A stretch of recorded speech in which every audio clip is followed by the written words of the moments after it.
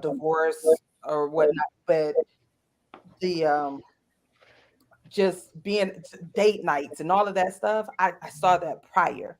I started seeing the decline of the love between black women and black men around in the mid 2000s. Okay. We're actually in the same generation. Yes. And Yes, what I've been able to generation observe, X. Y'all trying to write us off.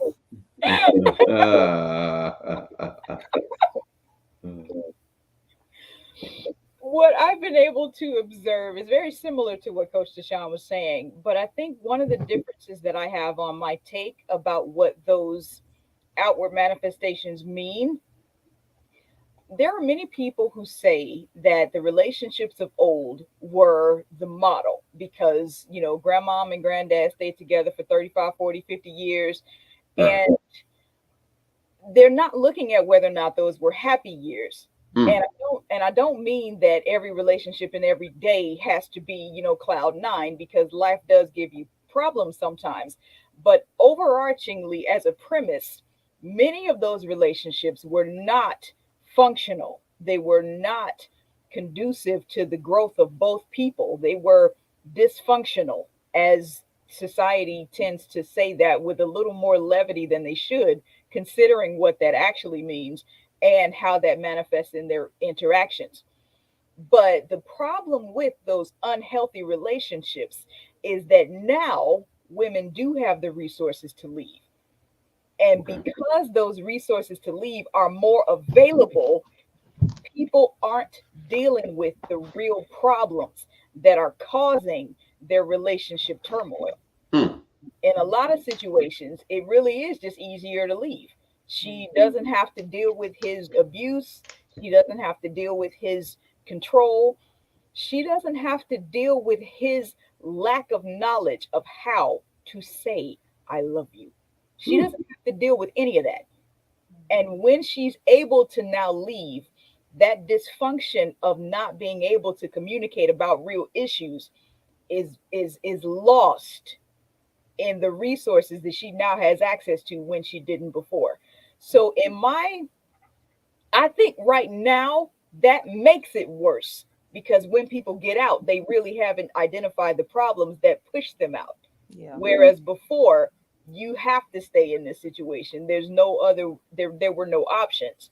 And that was good or bad in some situations. Some people did actually figure it out and move forward in a Right. positive way. Other people stayed in their their stagnation of ignorance with regard to how they relate to each other. But in either situation, there were problems, and the lack of resources forced people to deal with those problems. So now resources are available. They don't have that same necessity to deal with the issues. They're able to leave and move on to other things without addressing those real problems. And the lack of addressment in those real problems manifests in their relationships moving forward. Well, I guess this is the show because I know. I I did not know. I'm 43, and it wasn't until I got married that I understood my parents' marriage was definitely not good and what I thought it was. You know, I can go back to one of you guys talking about the number of years and how people glorify that number, not knowing the turmoil, the trauma, the abuse, the violence, if there were any. Because again, black community, black house, what goes on in the house stays in the house. So, we paint I'm not going to say a perfect, but a decent picture on the outside a lot and not really being honest with ourselves. And I think that's one of our downfalls. So I commend you guys knowing, but I think one thing that we don't do is educate ourselves. And that's something that I had to do. My marriage forced me to figure out, why am I still here? Why haven't I left? This is not working. God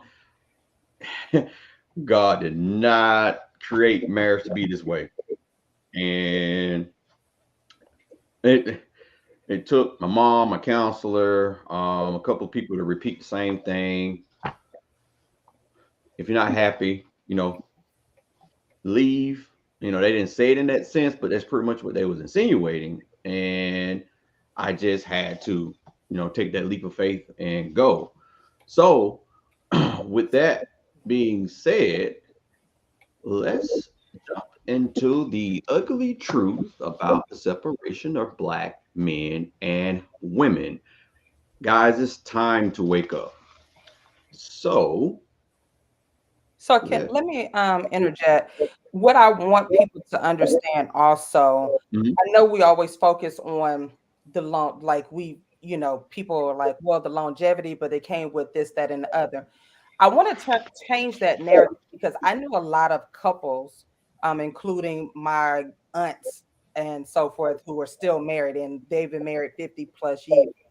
And I want people to understand, as a certified relationship growth coach, with marriage, you're going to come with trials and tribulations. right, And so people do and have stayed in marriages for the duration because they honored the vows. And what people don't understand is the trial and tribulations of marriages. And so we tend to get it twisted and we say, well, they stayed in it.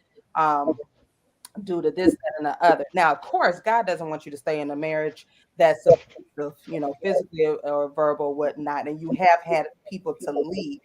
But most of the people that I know of that are celebrating their 48th, my aunt who just passed, they were celebrating their 50th wedding anniversary. And I know they had ups and downs. right, She suffered with cancer and job loss and so forth.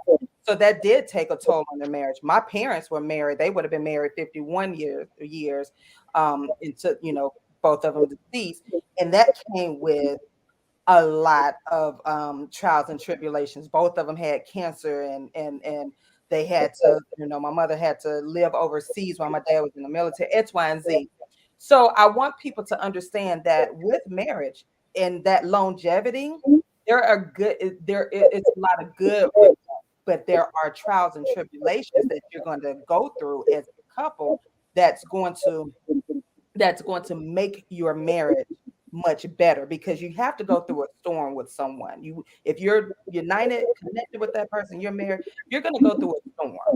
And so when we see longevity in these men, my grandmother, them, they got divorced. She mhm, said they got a divorce because he had an affair. And my granddaddy said it was because my grandmother was nagging. Now they both up in heaven, probably chilling with each other now. So I'm like, okay, my dear, But they both got a divorce after 5 children, and and because my grandmother was like, I didn't want that for her children, right, and this is back in the 40, 50s, late 40s, 50s, and so forth. So I want to say there's a balance there that we just don't. Depends on who you are too, because again, I'm a person that saw a combination of both. Some people may just only saw like, oh, okay, well, I seen Aunt Mabel married for 40 some years and they just been through hell and high water, but that's not always the case. right. And let's see. I'm not sure what's going on with Miss Right there. While we're working out the technical difficulty, I want to piggyback on the statement that was made just now with Coach Deshawn. Yes, marriages will have problems. To make a distinction between the natural vicissitudes in a marriage versus the things that people bring on themselves because of their own dysfunction and poor choices, those are the different things that people should consider when they're looking at why the marriage dissolved or why they got divorced.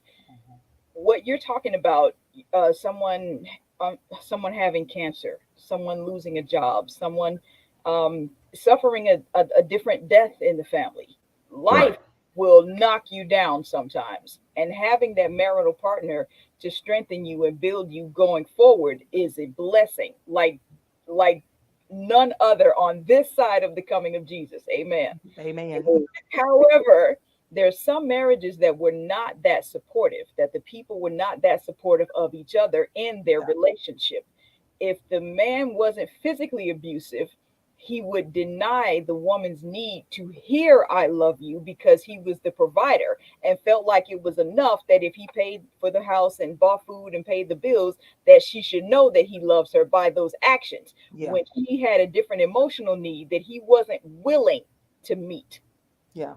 In that situation, some women stayed and some women got the resources to leave because Right. they began to feel like that was emotional neglect when he knew what she wanted and needed but was unwilling to do it Yeah. for whatever reason he had. Those are the differences that I was talking about earlier. And now women have resources to leave and they don't have to stay in a situation where their partner is unwilling to meet them where they are and support them in their relationship.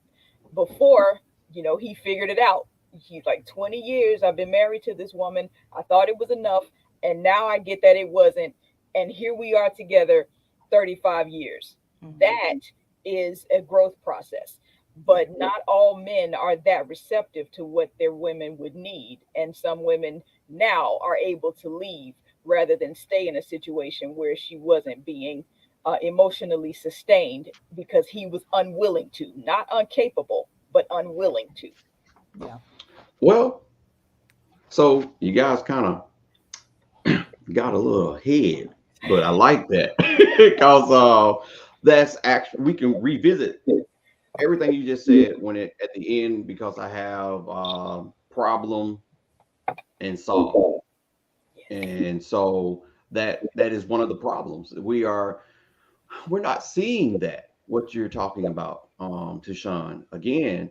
You have to I had to realize myself that even like with my wife, even though I post a lot, she's still conservative. You know, she's not that I don't want all my business out there, but I just don't. I'm not that person, and I'm not that person of I want my business out there, but I get a sense of this needs to be seen because if there isn't no turmoil or if there isn't any problems, there's something wrong. We're either lying to ourselves and lying to each other about stuff that we like because there's no such thing as I ain't saying that people are don't get in a relationship and they are just so alike, but there is still something for one another to say, that rubbed me the wrong way, or I didn't like the way you said that, or I didn't like the way you just ignored me last night, or just small things to cause conflict, which should stem a great healthy resolution. And that's what we're not. That's not what we're getting. Everything is, oh, I don't want to fight for this because I shouldn't have to. It should automatically come with a bow on it, and we should be married for 40 years with no fussing. I hate to hear people like, man, we've been together for 4 years and we ain't fussed yet. That's not a relationship for me, you know. And not saying that you have to fuss, but a possible heated discussion because you're not going to like everything. I agree. I have a, So I have a, let's get into this then. Woohoo! yes. Whitney, did you have a question? Yes. Oh, I was saying that to kind of illustrate what LaRon was saying, I have a phrasing Okay. that I like to use to address that very notion. I say very simply, intelligent thinking people do not always see eye to eye. So Mm, there definitely be some times that even married people in healthy relationships don't agree on everything. So right. I think that's important for people to understand. And oftentimes, how you work to resolve a disagreement is more important than what the disagreement actually is. Yeah. And I wanted to ask Laurent, Mhm. you mentioned that you wanted to show social media.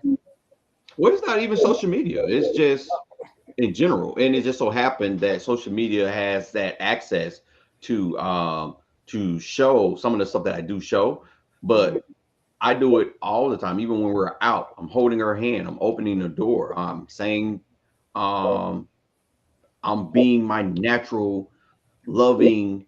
That's my wife, and we get a prime example where she works. I normally try my best to, when she has lunch, eat lunch with her. Mhm. And so we were getting a sub, and the lady was like, "Man, you know what? I love y'all. I was just telling my husband, there's this man that come up here with his wife every lunch. You ain't brought me lunch yet." And I think it was the next day, she we were having lunch and she came and told us that, hey, funny thing, my husband came up and had lunch with me. And so that's what I mean about that. It's not that because we don't see it. We really So when don't. I'm sorry, go ahead. Because Instagram, and we talked about this on the show a lot, how even with business, Instagram and Facebook and YouTube and stuff, it shows sometimes the end results, but it doesn't show how you got there. So when you say, I guess for me, when you say you don't see it, are you because again, I think it's I know generally we're speaking of the general population, but even with the general population, um, is it that you haven't been surrounded or No, haven't I have not. No, I don't see okay. it. Yeah, Okay, I so see it just out there. I've come across it out there, which again, mhm. hint, uh, I would say a couple of treatments that I went to and we had lunch, we saw that up in Atlanta. I see it mostly, especially here where we're at. The holding hands, the going out on dates is normally with people. With who? Right. Okay, so that's what I want to understand because for me, I see it all the time. Mm-mm. Yeah, I don't And see it. so so I don't know if it's like regional or even It when is. I was It's in regional. California, I saw it. Even wherever I live, I saw it. So that's why I'm trying to understand, like when you're saying that you don't see it. Yeah. I don't know, Whitney, do you see it? Much of what I see as far as, hmm, how do I break this out? When I'm, if I see people in a relationship, if they are African American people, Hmm. they are walking together with food. So Yep. holding hands is kind of hard when you have fries in this hand Yep. or a Slurpee over here or a shake or something like that. But Yep. the way that they're not rushing through, the way that they've slowed down their pace to make a conscious effort to spend that time together, that is an intangible form of their hand holding. So if they're not holding hands physically exactly, I still get the point by their interaction that they're relishing this time together. Now I have seen many white couples hold hands, but they were older, like like Yeah. Yeah. Fairly older. That on my point too with that. Yeah. and That's interesting. some of the younger couples, some of the younger white couples that I've seen, just regular, just out, just wherever, they're usually playing, you know, and he's moving around her or something, and he's like pushing her, and then she's moving so that she doesn't get pushed. Like they're playing tag between just them two, you know. So that's another intangible type of hand holding, but their interaction is definitely deliberate, and they're spending that time together, even if it's not a physical, technical holding of hands. That's Yep, interesting. for sure. I guess because I'm not sure where like I get what you're saying No, because no, no. And I so, but I, that's the difference. So, right, and and I think because again the portrayal on television or whatnot, we don't see the couples like we did in the late 80s with the shows, Cosby Show, even James in Florida, Evans, things of that nature. So we don't see that now. Um, However, I never relied on television for those images. And so for me, um, that's what I say. I mean, I understand what you're saying because I think what I'm seeing from your perspective is you want to see more black love, you know, yes, displayed. However, I see a lot of black love, and I'm not talking about on social media. right.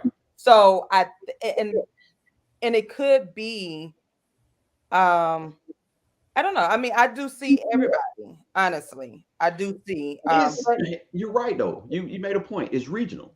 And again, down here, and I make it my best effort to when I do see it, which is mhm, small, I mhm, commend them and I mhm, tell them thank you. Even with the younger couples, I'll pull them over to the side, and I've had a couple of talks within the past 5 years with a couple of just random young couples that have shown that, and it seemed like it was genuine, and mhm. just not because I think he's cute and I think she's sexy type thing. And then the older couples that you can see, yeah, to what I'm pretty sure, and some have said we've battled some stuff to get to where we're at now. Yeah. But here is like, And then too, consider the person. 'Cause I'm not a public affectionate person. mhm, I'm not. I'm one of those people that I'm private, right? right. And it's not that I dislike it, but like Chef would, he doesn't necessarily hold my hand, but he will slap me on the butt or do all of the stuff. And I'm like, "Will you stop?" Like, even though I know it's cool and nice doing this, I have accepted that because I'm like, here it is. This man loves, my body, X, Y, and Z. But when it's in the public, Nisa, you muted. I've been that Oh, person that's like, okay, I'm private. I don't want, you know. So maybe that's a combination of, you see people that are not into the public, display of affection too. You see what I'm saying? So it maybe yeah, that could be as well. But I mean, I understand what you're saying. Um, yeah. And I and can see your point too. yeah. And that's why I said it is regional. Because even when I went to Mississippi and stayed for those Mhm, 2 years, mhm. man, that was the hardest, rough show of black love I ever seen in my entire life. Really? Yes, it Wow. was like, and it even stemmed all the way down to the kids. Like they were swapping each other. Like it, it was sad. Mm, And but Miss Nisi, before I asked that question that Tashawn just asked, let me. Ms. Wright said it's symbolic of valuing each other. mhm, Jalissa stated, I don't see it either unless it's older people. mm. Jalissa, I'm 42, I'm 52, try to make you young, girl. And I don't see many people my age out here, definitely not people of color. And she's in Oklahoma. Mm. Right. Okay. Can I add So, one quick thing? uh-huh. While we're talking about societal depictions of Black love, I think we should definitely consider that there is a rampant misrepresentation of what love really is in Oh, the Black yes. community, particularly on social media. Yes, I yeah. commented on one of the groups that I'm in for the different types of talks that we get into in our topics. I suggested to the person who posted something. It was a very sensual picture, and the caption was about relationships. And I suggested to that person that when you equate the substance of a relationship with this visual sensual image, you're arousing the wrong type of emotion, Right. because you're making that person attach love and the substance of a relationship to something sexual. Mm. And if anything, that needs to be severed. People need to understand that those two things don't have to be inexorably connected the way that social media tends to gravitate them and funnel them into being. It seems like for most of what I've seen as far as black relationships on social media, when they're talking about love, the image is sex, Mhm. and that is destructive and unhealthy. And when people don't realize that that takes them down the wrong spiral, they set themselves up for a lot of work that they have to undo when it comes to a real substantive love relationship. Mhm. Right. Yeah. So Nisi, Hey, John Lisa. asks, Hey.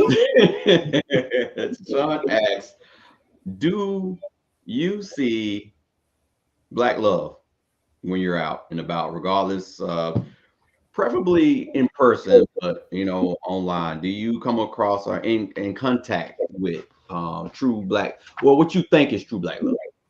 I think so. Okay. And it might be Wait, hold that thought, baby. We need to move. say we need to move. Look, y'all don't see black love? Bruh. No, okay. It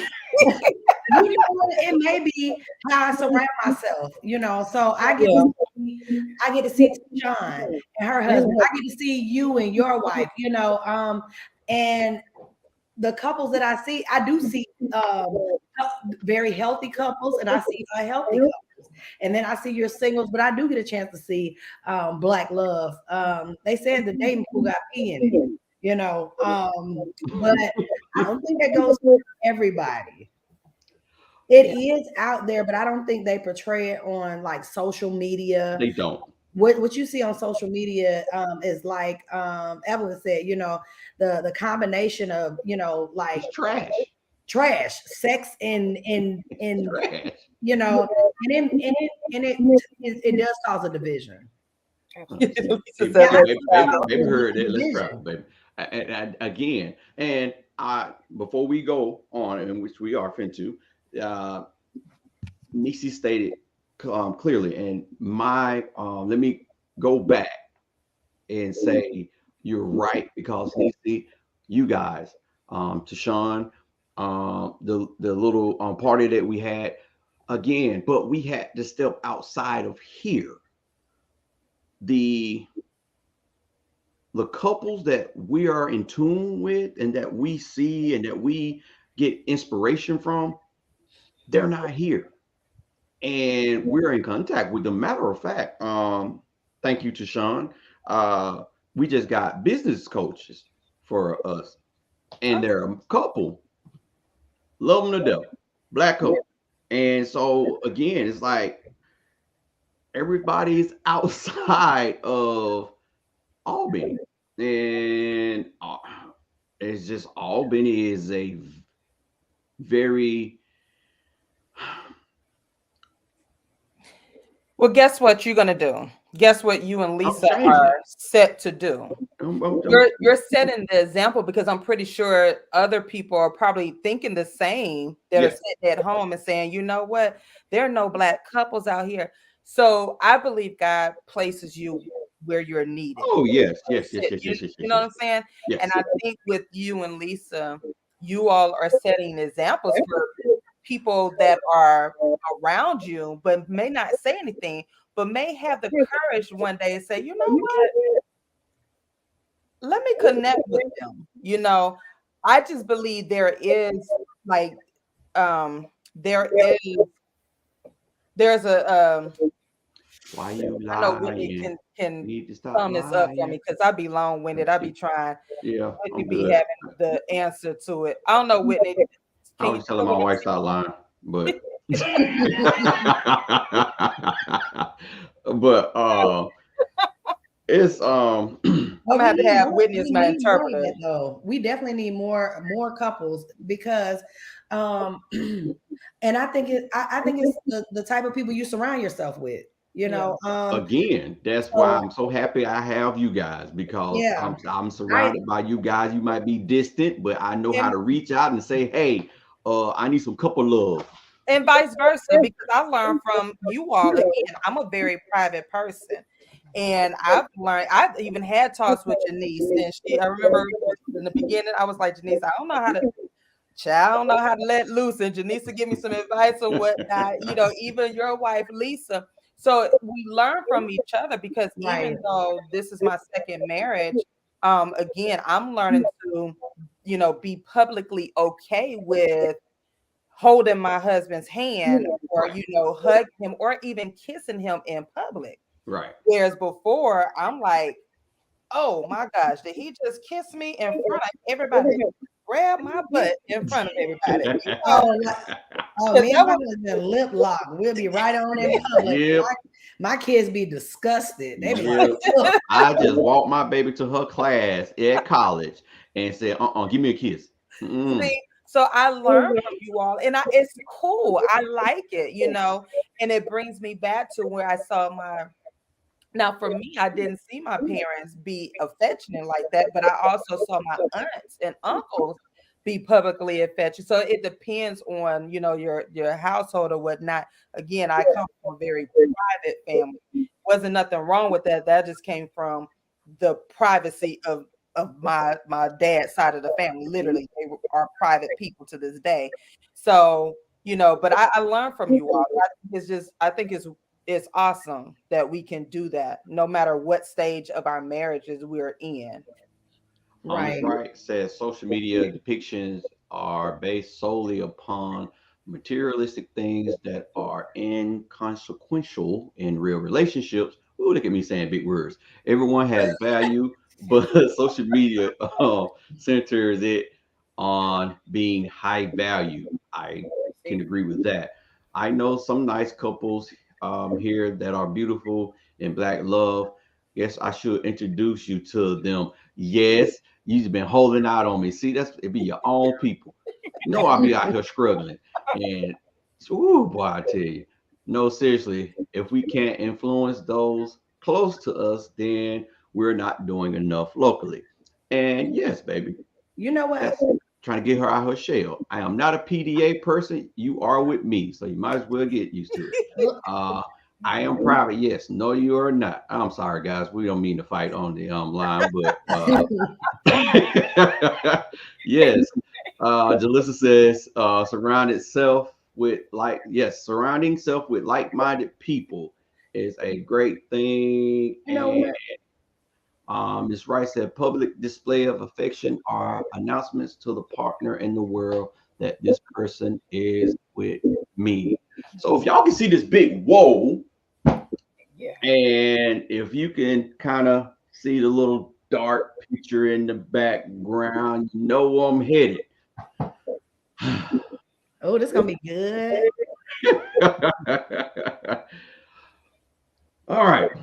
The legacy of slavery and white supremacy has had a profound impact on the relationship between African American women and men.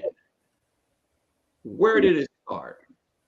Enslaved Africans were forcefully removed from their homes, families, and cultures and were subjected to brutal and inhumane treatment. This created a sense of disconnection from their heritage and traditions and left them vulnerable to manipulation and exploration. The false belief that African Americans are inferior has been, um, just thinking word, perpetrated through generation of symptomatic racism, including segregation, Jim Crow laws, and mass incarceration. These institutionalized forms of discrimination have reinforced negative stereotypes and further damaged the system of African Americans. What do y'all think about that statement before we head over? I agree with it 100%. Absolutely. And when you consider, one of the things that many people don't talk about regarding slavery was how deliberate the actions were to destroy the black family, to destroy the family unit among enslaved people. And on the other side of it, I have heard, particularly certain young white women will say, I'm going to college to get my MRS, because they had an understanding, at least, of what the family unit meant. And even if there were problems, the family unit was still something that they could say, this is, this is mom, this is dad, I know who I am, I know where I'm from. And that entire self identity was stripped away from enslaved people during those processes that you just outlined. That is absolutely factual. What you think, Sean?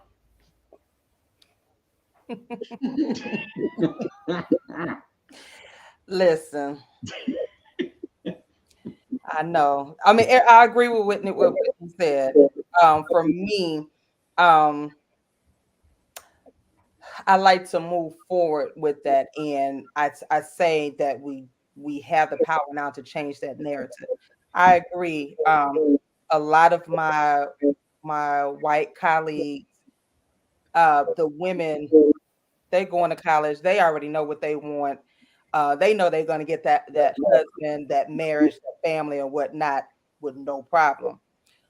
We tend to. I've noticed that we as the women, African American women, we have this set agenda that often leaves out the man. Mm, Um, or if we do have the agenda with the man, we have to give this explanation of why we want a man, why we need a man, right? And so, um, unfortunately, it did do the damage to us, and we have not healed from it. We know that we have not healed from the trauma of that, and it has been passed down, unfortunately. mhm, However, I'm in the stage of my life. I tell you all the time that we're going to change the narrative of that. What is happening now? What can we do now to instill the love between black men and black women? I talk to my nieces all the time, and I let them know, hey, you don't have to get married, but if you want to get married, it's okay to, need and love and want a man. It's okay to marry and have a family.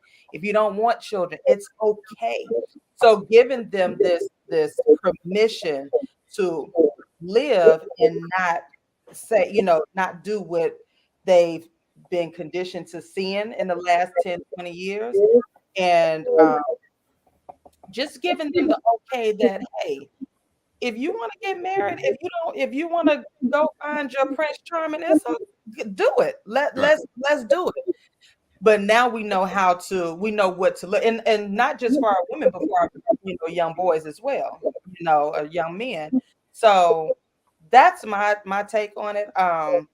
Again, I know we've been traumatized by that, and we have not. Of course, we haven't healed from it. However, we can still heal it, and we can choose to continue to heal from the the um, the past.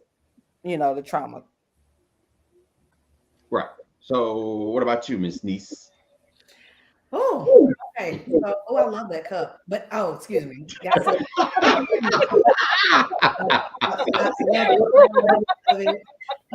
But I totally agree with you both. I think when you look at how far it goes back, it was almost like a business proposition. So like when It you was.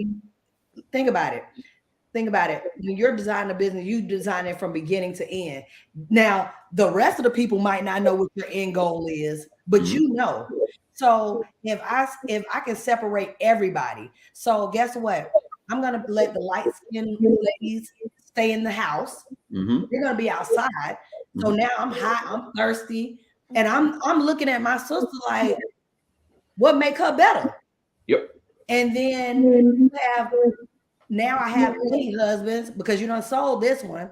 So after a while, I'm getting raped by my master, and he's not protecting me. At least that's what it looks feels like to me because I'm the one suffering from it. Right. So I'm not getting protected. So now my respect for him is less and less and less. And he doesn't have any respect for her either because he's like, why you didn't fight master? You just Mm. let him go in there. You just Wow. carrying the baby, you know. And so now you're pitting our men against each other. Who's stronger than the rest? So you got all these men chest out. Like we can't have a simple disagreement. It leads to other things. So if I can destroy everything, I can steady take the male out of the home. Guess what? We're conditioned that they're not that important. They leave anyway, even though in the beginning it wasn't even by choice. Over time, we got so conditioned, and like I agree with Hassan, we have to get to a place where we're healing because we're not there anymore. Right. You know, and somebody got to sit up there and say, look, it might have been my granddaddy or whatever, but we have to get to a place where we're loving on each other because Mm. we're not there anymore. Yeah. Guess what? Even though I was conditioned that men are never around, I knew what I didn't want. So that's how I behave. You know, I don't want to sit up there and have be disrespectful to my brothers. I don't, you know, and so and my sisters too. Because why are we the crab in the bucket mentality? Because we've been conditioned that oh, light skin, she thinks she better.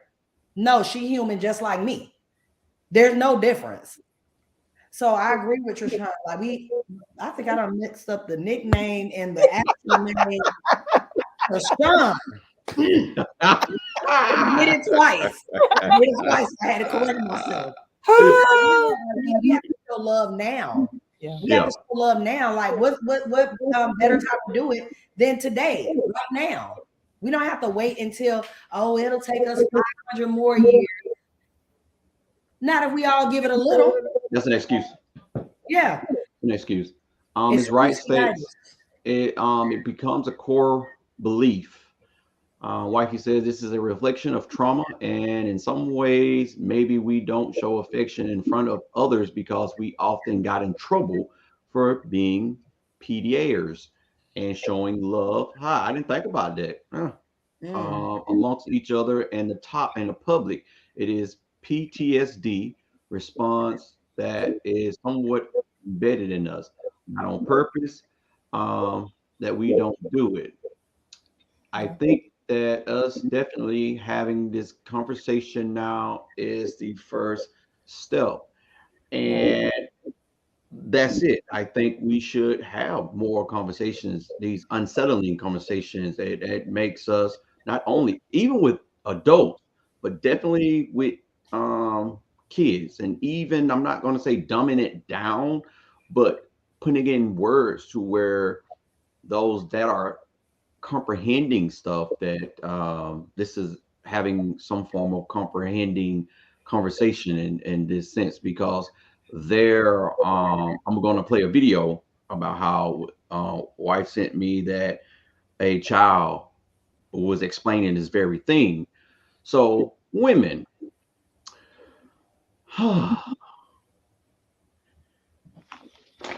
African women were often forced to work in the fields alongside men, which led to a blurring of traditional gender roles. This new dynamic challenged traditional gender roles as women were not longer rele- uh, relegated to domestic duties and were able to participate in labor intensive work. However, this did not necessarily lead to equality between men and women, as women were still subjected to patriarchal control and often received less pay than men. The sexual exploitation of African women by white slave owners and overseers also had a profound impact on their relationship with African men.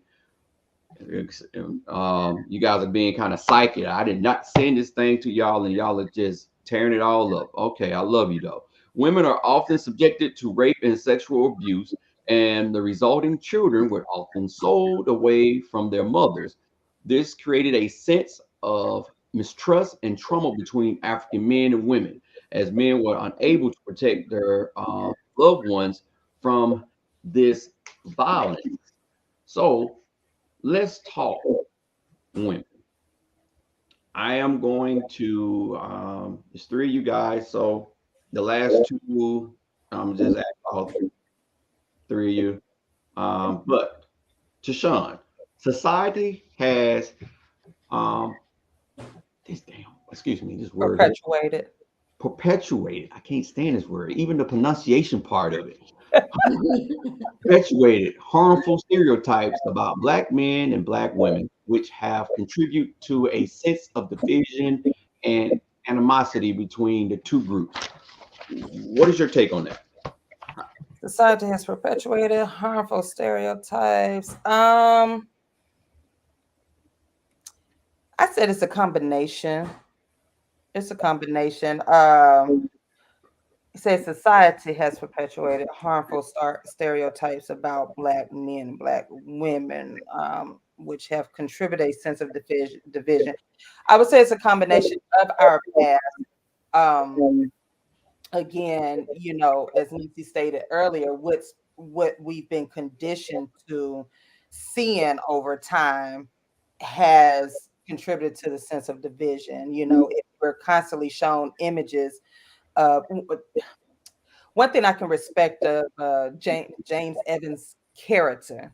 Um, he left Good Times because he said that he was tired of Norman Lear's them and the writers giving him this every week he's looking for a job and he can't provide for his family and so forth. So he said that Right.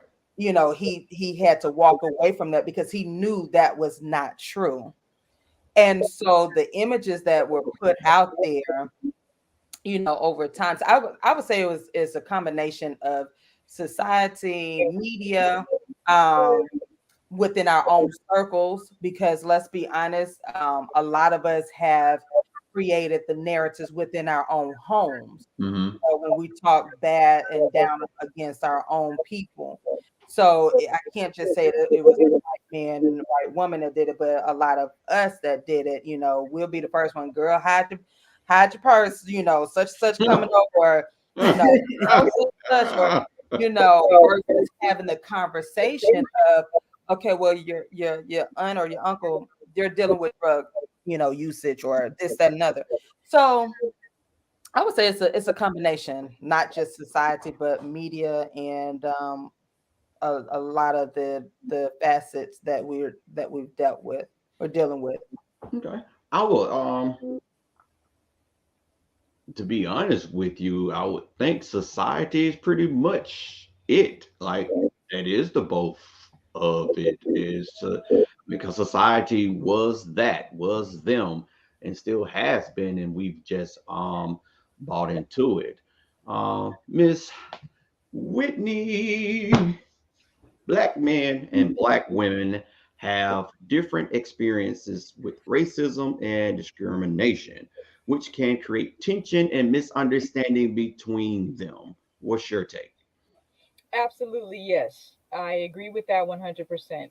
And for one example, we're talking about a black man being able to find work.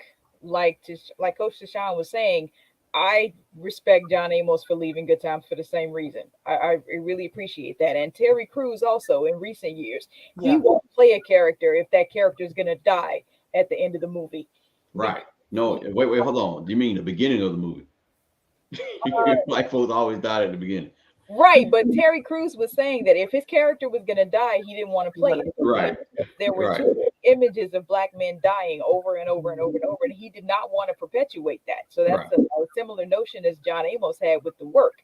But as far as for black men being having difficulty finding and securing work because they're discriminated against, especially if they've been convicted of an upcharged felony, Mm. now they're unable to find work. And so that's something that they're dealing with from their experience. But here's the black woman who does have stable employment, But every day she goes into work, somebody else is making a different comment about her hair, about her dress, about Right. the way she speaks, about everything else. So now she's carrying all of these burdens from her job that if she responds to that person, she's going to be vilified and risk losing that job, even if the person was wrong. Even if everything that everybody said to her was wrong, if she speaks up about it, she's going to be villainized. She has to carry that home now. So now, when she's home with her guy who can't find a job at all, he's about to tell her, you need to be grateful for the work that you got because they won't hire me. So this is definitely a misunderstanding between them because he will never understand the burden that she carries in and out of her office every day because he's dealing with a different burden that shields him from looking at her experience through her shoes and the way she's experiencing it versus just what he is determining the value of from his own view. Right. So absolutely number two is true. Absolutely it is. Jalissa says that show the struggled love. I think she was Yeah. referring to the definitely the show Good Times. And it's funny that you said that because me, well, I wasn't. Lisa and the kids were watching an episode the other day, and he was actually looking for a job. I love Good Times. I watch every episode. I love it. Lisa says, I feel that society is the negative entity at this point. Who are they to decide how and who we love our men and where we love our black men and women? And Miss Nisi, you are up, and yours is the media often portrays black men and black women in negative and stereotypical ways, which can exacerbate the feeling of division and mistrust between them. Oh, totally agree. Totally agree.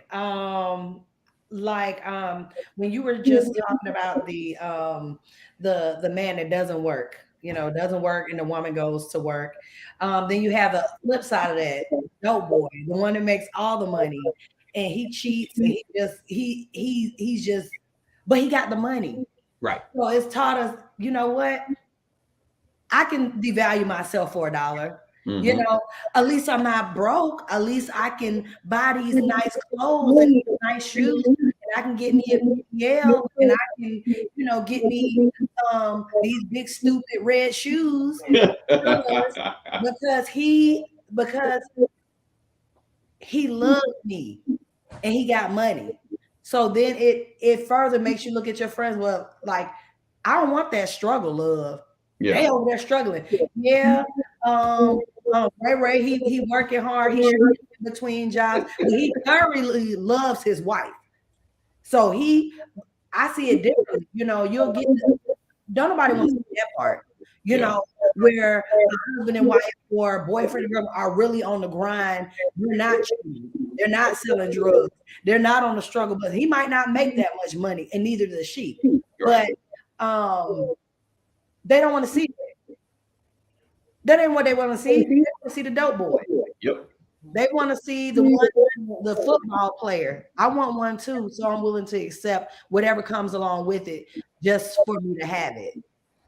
Oh, my body's not good enough. I don't want to see the normal looking one. All of a sudden, now she looks fat. She looks misproportioned. She's linebacker material. I'm Right. going to trim all mine off because I can afford to do so. And so it seems like the way social media portrays it, like regular will never be good enough. Hmm. What they deem as regular, There regular you go. 9 to 5 people, you got to, Normal. yeah, you look, you out here making delicious pies, not vegan, but anyway, you got chef, you got a therapist, like you got all these people that have what they think is regular. Yeah. That's no good. We need her out there shaking that booty. We need Yeah. her twerking. Yep. We need her doing the work, and she need to have it as tight as humanly possible. And if I say something about her butt, you better not say nothing because you can lose that job. Yeah. And that's what they've designed to be normal. And if Right. we're not doing that, then we're weird. Yeah. But then on top of that, when you do it, you still get chastised though, depending on who you are. Yep. What they call you broke. Huh? They call you. They'll call you broke. If Oh, you bro, yeah, do, yeah, if yeah. you have That's a right. regular, I don't care. It's crazy. It baffles me now. You can be driving a Honda. That's what you driving. Yeah. When did what? I can't afford to Honda is actually a buy. very dependable car. And so now people are even risking themselves now. They're going in severe debt just to say that they have it. Right. And part of most of that, a lot of that is because we don't know who we are and whose we are. Mm. Right. Woo. Stop. Bottom line. Because the word tells you, and again, I'm a believer. The word tells you that you are enough, and you are created in His image. Like, and so we take that out of we don't apply that, and then we wonder why society don't like me or whatever. And it's because first of all, we're not supposed to be pleasing man. That we're not supposed. We're never going to be enough for the world. If you look Right. at, I've been obese since birth. Okay, I've Mm. been obese since birth, according to the charts and everything else. And so there was a period in my life where I battled weight because of what you know and before social media hit the scene, right? So I was pulling, I don't know about the other, I was pulling out magazine pictures. I remember I was in my studio apartment downtown Atlanta, and across my wall, my studio apartment, I filled up my wall with these magazine images, black and white models images. So the maintenance man would come in, and one day he said, "Can I ask you a question?" I said, "Yeah." He said, "Are you gay?" Said, "No, why you at?" He said, "'Cause you got all these women up on your wall, like this." Literally, it was wallpaper, right? And then I'm pretty sure he saw all my recipes for all the cabbage soup diets, and I was on Fin and everything. I went through this period trying to get what the people wanted me to, be, but I had to go back to that word and say, "Wait a minute, God created me, right?" And so once you detox from society, once you detox from what you think is the norm, and once you become okay and know who you are, the world is not going to matter because when you look at the world, you like y'all stupid. Y'all going to go to hell and haywire. I'm trying to go with you because the Right. stuff that y'all are implanting. And so that's why it's very important. You all have and I have nieces and nephews. But Evelyn, I'm not sure. Do you have children? No. Mm-mm. Okay, I have nieces and nephews. right. So You me and want you some? have to keep. Got that chocolate. You want So it? you all have your children to continue ministering to and talking to. Me and Evelyn have the duty of making sure that we implement this for our nieces and nephews so they can understand. You are beautiful. How if you want to go get a BBL, get it because you want to, not because Instagram told you had to do this. Right. I don't want you to have one, but if you just want one, don't do it for anybody else. Or, you are fine the way you are. Let's celebrate who God created you to be. So I think once we detox, and when I say detox, we have to take a hard look at who God created us to be. Celebrate from our hair follicles down to our toenails. I was looking at my feet the other day and I was like, oh, I got 1 foot like my dad and 1 foot like my mama. Mm. I was like, ew. But guess what? They have now. You could go get your toes readjusted. You could go get anything done. Now, some people toes do need, I'm not gonna lie, it might need a little readjustment. I'm just kidding. Look, No, I'm just kidding, look, y'all. a couple of But braces. right. So when you think about how we can fit everything on our bodies that we don't like, or because we have heard someone to say, "Oh, your nose too big." One thing I'm not gonna say I regret. Now I did have to get braces. I had a gap like my father, right? But my gap kept widening, And I was like, oh, daddy, I love you, but I can't deal with the three finger gap. His was normal gap, right? But my teeth started to spread. So I had to go get braces. And I still have a little gap. But I remember somebody said, why did you close your gap? That's a trait from your father. And I was like, well, I didn't want to, but my teeth unfortunately were spreading. But I do know people who are like, I hate my nose, I hate my head, I hate this, that, and other. So to me, you're telling God that you hate what He created. And so once we learn to detox and be safe and be okay of who we are, these issues will go away within our own community and our own circle. And they only start, like I always tell you, it starts with one person, and that starts with us, and it will spread. It will spread. The message will spread. It's going to spread in Albany. It's going to spread on the South Side. It's going to spread in Alabama. It's going to spread right here in Smyrna. It's going to spread. You see what I'm saying? Lisa says, oh, wait, hold on.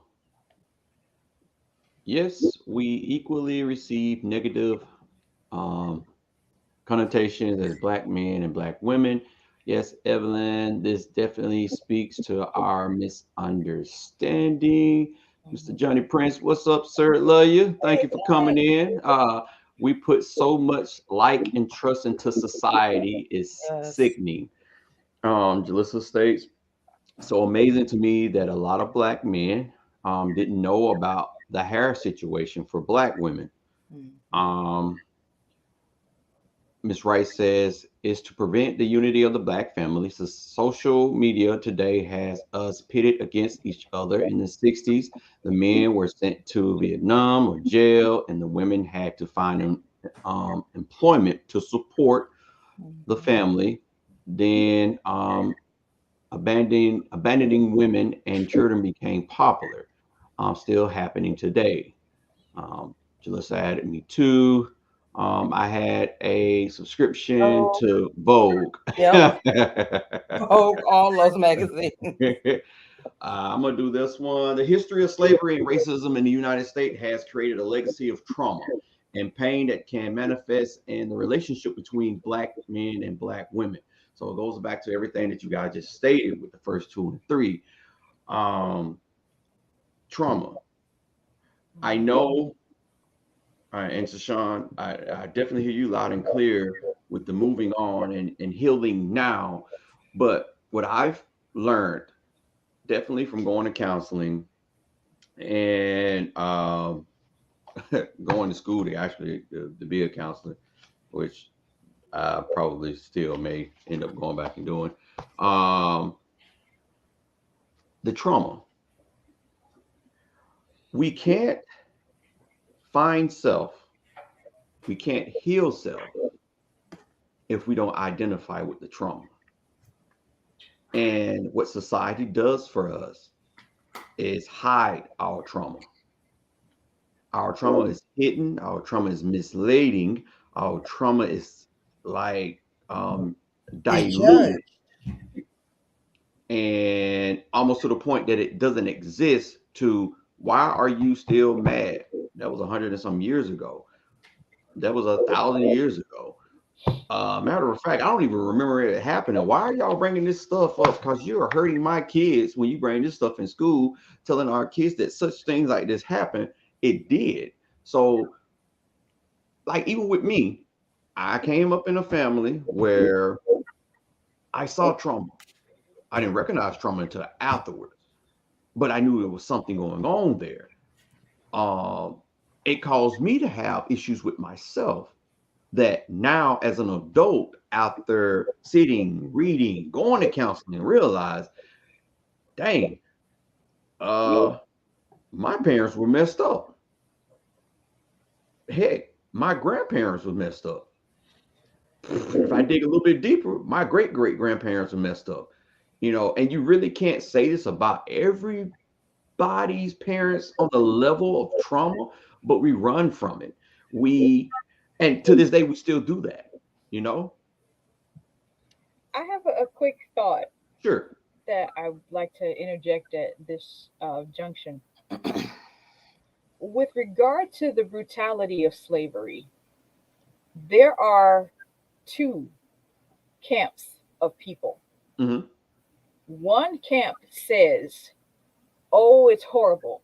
Why are those overseers mistreating those slaves? Why are they given so little to eat and sustain themselves when they engage in this backbreaking work all day? Why are they given so little water? Why are they treated so horribly? That's what the first camp says. Uh-huh.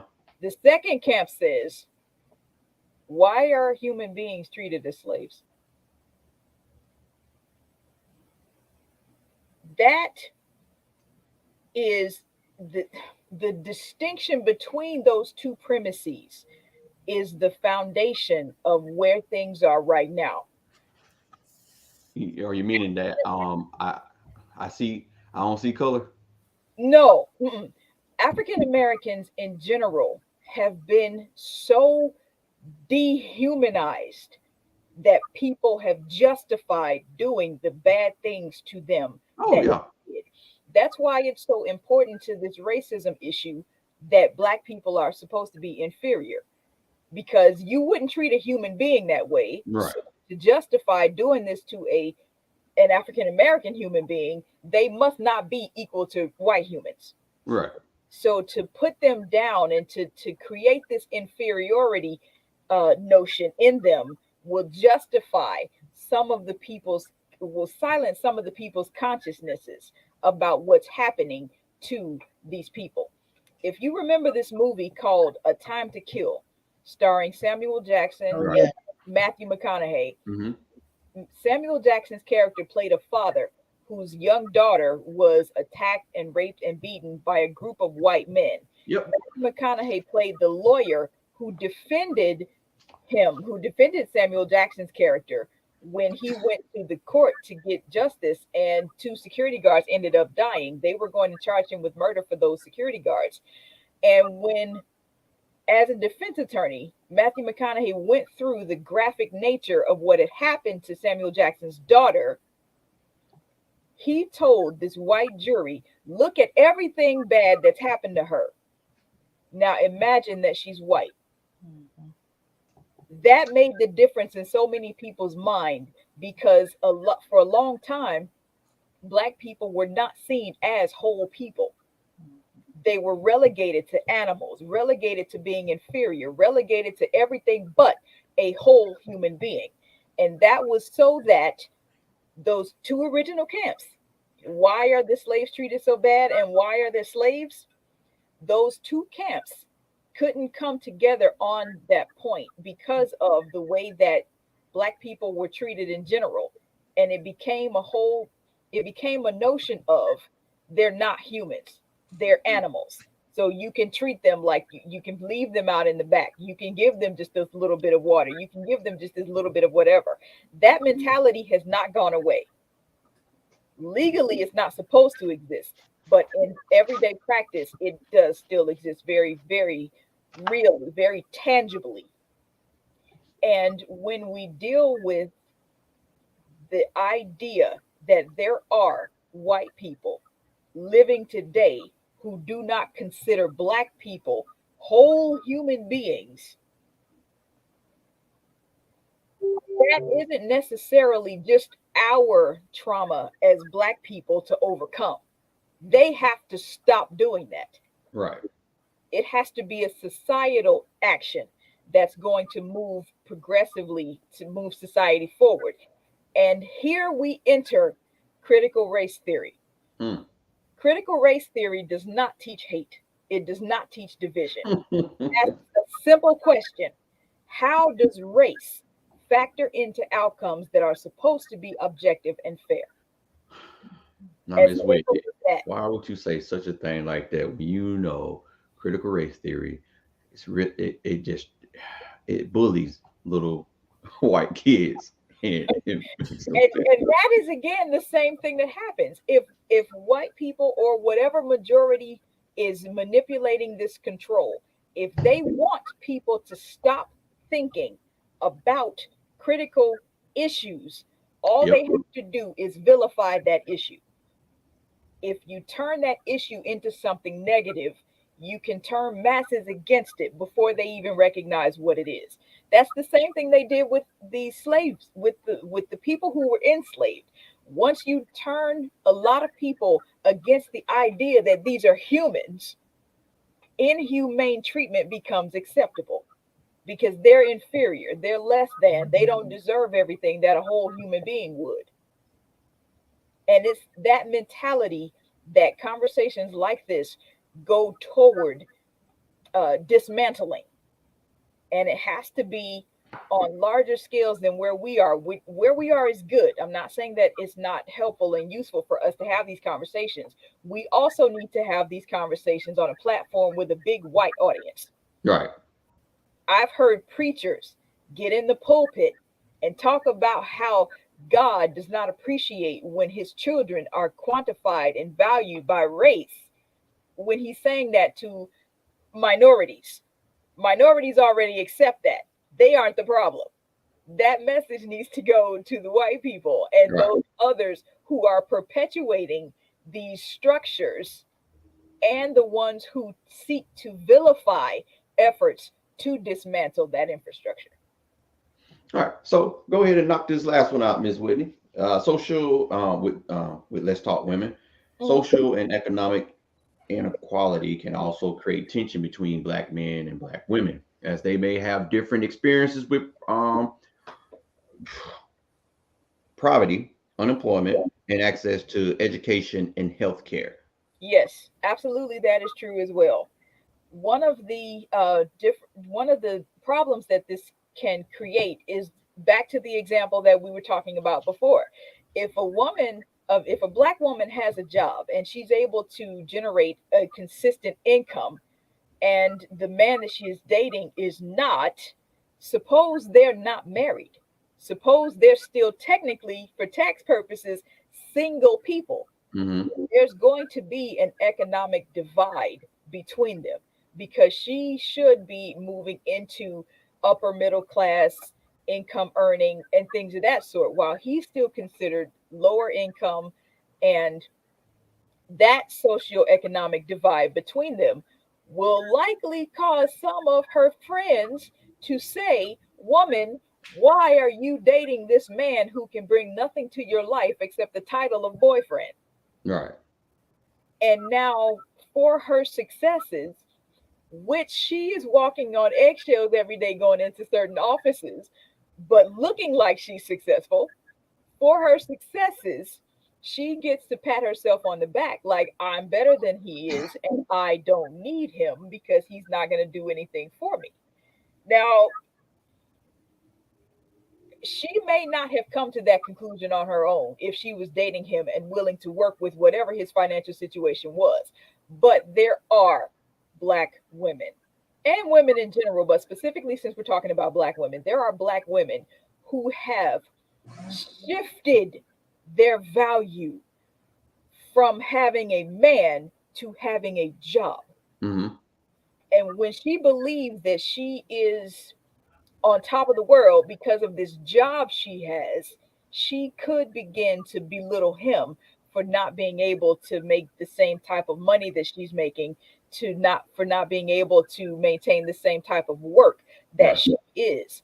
So now her job has given her this sense of this sense of ownership is not the word. It's this sense of personhood. This job has given her a sense of personhood and value as a person, whereas before in past generations, and even some still today, women can find that personhood in a relationship. There are women who say, I'm worthless until I get married and become somebody's wife. Right. I of myself don't have any value until I have some children, and then that gives me value as a woman. Put the marriage aside, put the kids aside. There are women who are finding their worth in a job. So now she feels like I'm everything that I need to be. I don't need you. I don't need you. I don't need you. What can you do for me? And if I cannot get a good answer to that question, you can hit the road. And if he has been convicted of a felony from up charges, or even if he's in school, not quite finished, in a field that will never make as much money as she's making because of the industry that she's in versus the industry he's in. This is another thing that's going to contribute to the economic differences between the two.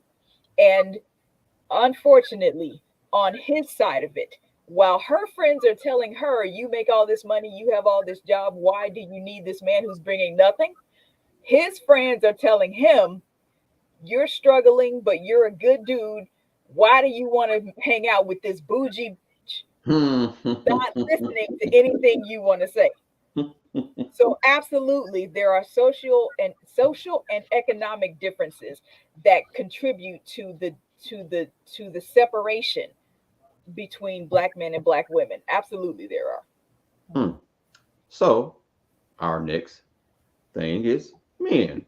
Enslaved African men were subject to extreme levels of brutality, exploration, and dehumanization, which had lasting impacts on their mental, emotional, and physical well being. The separation of families was one of the most devastating consequences of slavery. It was common for slave owners to sell enslaved men, women, and children to different locations, often hundreds or thousands of miles apart. The separation of families meant that African men and women, often unable to maintain relationships with each other and other or raise their children together, which had long-term impacts on their emotional well-being. The trauma of slavery and white supremacy has been passed down through the generations, creating a sense of collective pain and suffering that can be difficult to overcome. This trauma can manifest in the form of anger, mistrust, and resentment, which can make it difficult for African men and women to form healthy, trusting relationships. So let's talk men. Nisi, Yes. the patriarchy and sexism that exists within the Black community can create a power dynamic that can lead to conflict between Black men and Black women. You have to break that one down for me. But So, well, Miss Whitney might could be able to explain this a little bit more, and because she talks about the how women are seen Hmm. versus men. Hmm. weak. The patriarchy is the system that Yes. the patriarchy is the system of thought that gives men the benefit of the doubt and usually blames the woman for whatever the man is doing. For instance, if a woman is sexually assaulted, they blame her for having a short dress, having, been drinking or having been alone wherever she was. Whereas nobody looks at the man and says, why didn't you leave her alone when you saw her staggering down the street? You know, it is the system that gives the authority to the man, no matter what the woman is actually capable of or actually doing. And I'm trying to keep this short because that could really, really go into long, long explanation. But one other part of the patriarchy that is important for this discussion, I think, is that for a long time, women could not conduct business because she was not considered a whole person as equal to a man. She could not own her own property. She could not drive her own car. In some countries, she still can't. But it's that system that requires a woman to be spoken for by a man.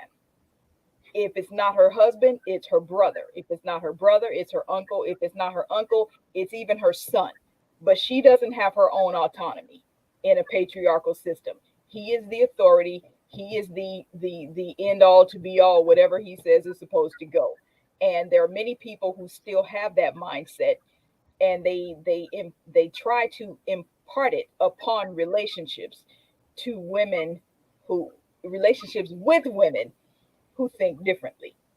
And So, clearly, like, sexism is just what sexism is. so So, do you see that at do you see that like in the maybe not in your area per se, but or in your area or online or whatnot with do Black I men see? toward Black women?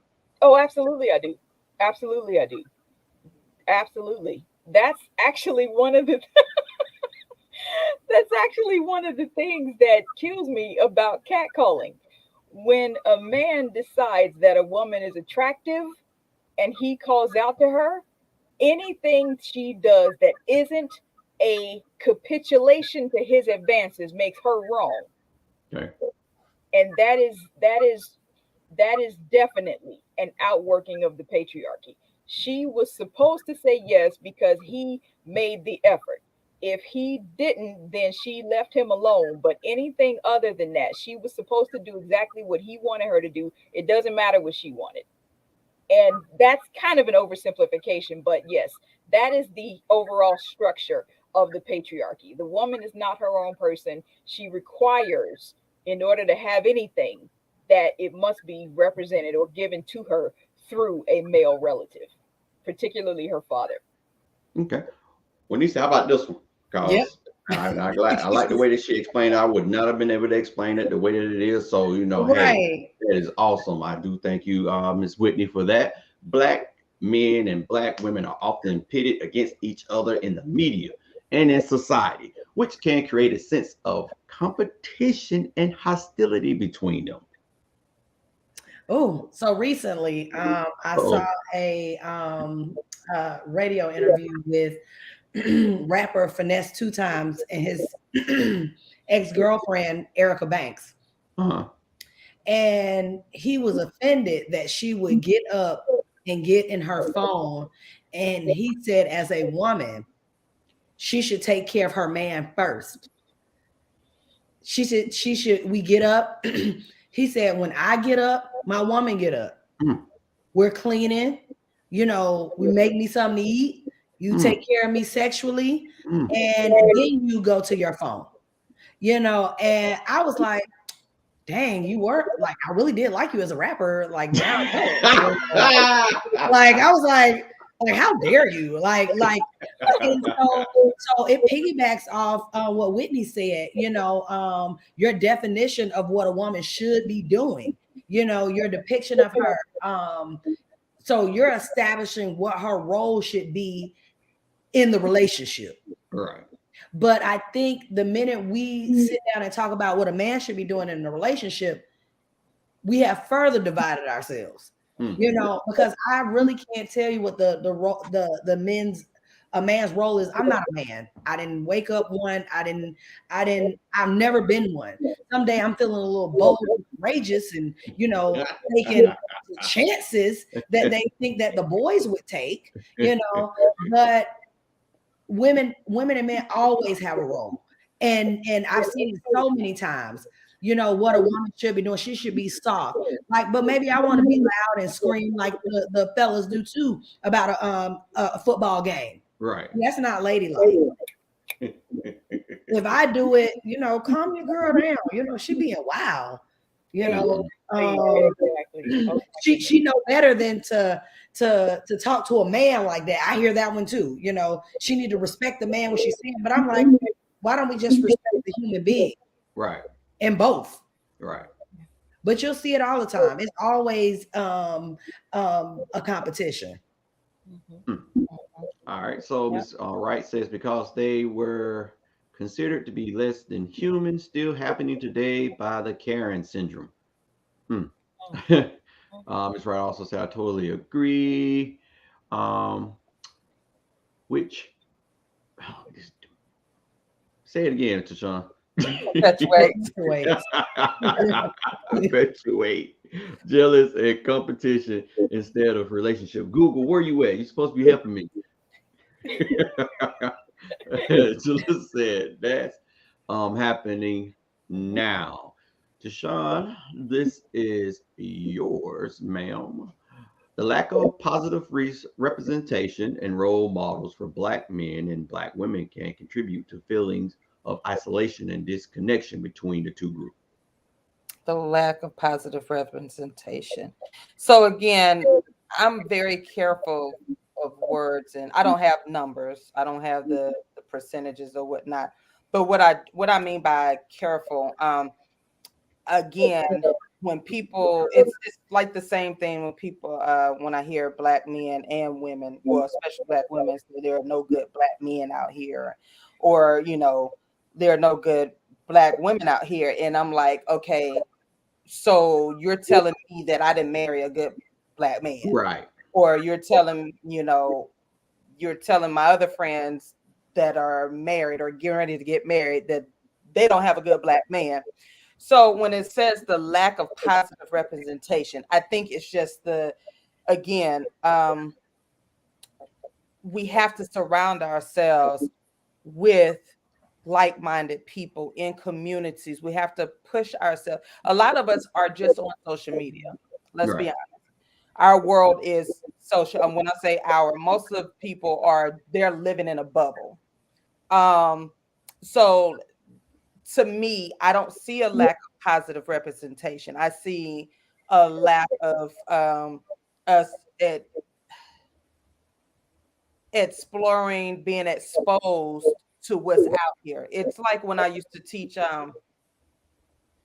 my babies, right? And a lot of them right here in the city of Atlanta is Black history, right?